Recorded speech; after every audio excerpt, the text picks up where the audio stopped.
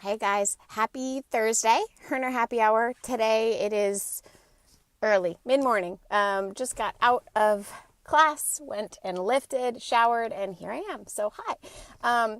Today's topic is inspired by my ride this morning and some things that I was realizing while I did it. And also some of the auditions we've been doing recently and some of the things I haven't been seeing. Hey Josette, you're always here. You're so impressive. I love it.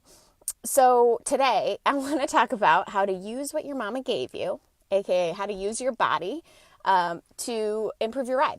So here's what I was thinking this morning and during our auditions recently. People are staring at us. Our riders, the whole time, they're looking at you, right? So why not incorporate some body movements and body language into your ride instead of just yelling at them, speaking at them? So I often don't see this in a lot of rides. We feel like we have to cue everything, we have to coach everything. Hey, Matt. And sometimes we're missing a big piece of what we could be using, a big tool that we have, which is our bodies, using what your mama gave you. So I have 3 ways that I always incorporate into my class and combine it with my cueing and my ride. And I think these could be game changers for you. So listen up. Number 1, eye contact. Eyes are powerful. Eye contact is powerful. That connection, I always talk about that connection with our riders. You can't make that if you're looking down the whole time. And I know it can be intimidating to make eye contact and lock eyes with people, but it's so powerful. And it doesn't have to be long. You look up, you scan the room, you meet them each at their eyes, and then you get back straight on. And maybe you go back to looking at the back of the room or whatever helps you keep your head up.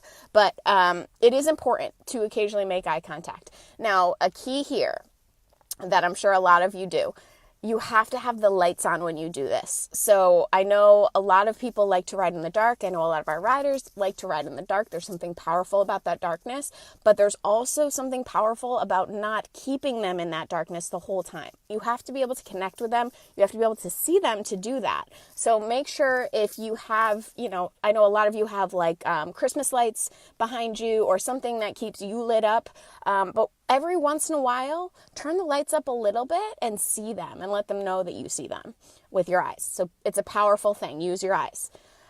Number 2, power posing. So that's what I call it. I think that's what I've heard before.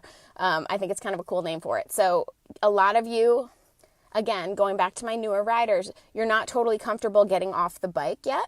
That's fine. A kind of in-between way to pause yourself but keep them going. It's a power pose on top of the bike. So stop your pedals, lean forward on the handlebars, look right at them and power pose. So they're looking at you, right? You're frozen and they're watching you, and since you're frozen up on that bike, your words are more powerful because they're really focusing on that. So getting up and getting your body just in that power pose right in their face and either cheering them on or giving them something inspirational.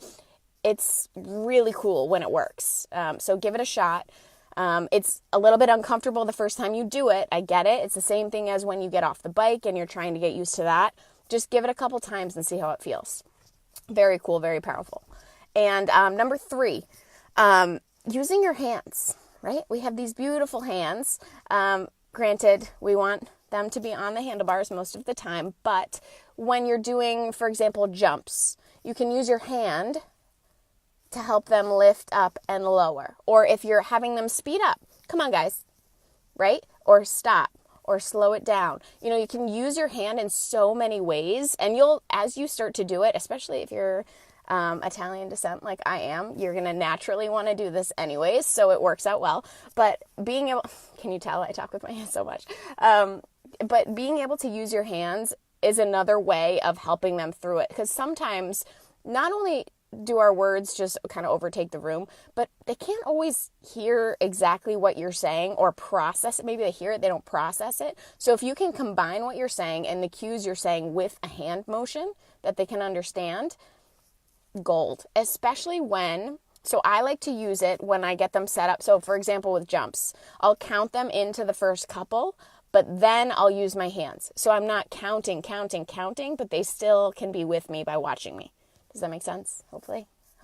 So I know that was a lot. So number 1, eye contact. Lights on for this. Powerful. Number 2, power poses up on that bike, pausing, kind of leaning out forward, saying something powerful. And number 3, using your hands. So there are so many different ways to use our body when we coach and when we teach. Hey, Kimberly. But it's going to be a process in learning how you want to. So start with those 3. I have 1,000,001 different ways to kind of use our bodies to teach, but start with those 3, try them out. Let me know how you do. And if you already do them, I'd love to hear like how your riders react to it when you do that, because that's how we learn, right? So let me know how it goes. And if you missed the beginning of this video, I know this was a quick one, go back, check it out. I think these are really cool tips, and obviously they're mine, so I'm excited about them. But if you have more ways to use your body, more ways that you find are powerful for your riders, let me know in the comments. All right, guys, have a good day.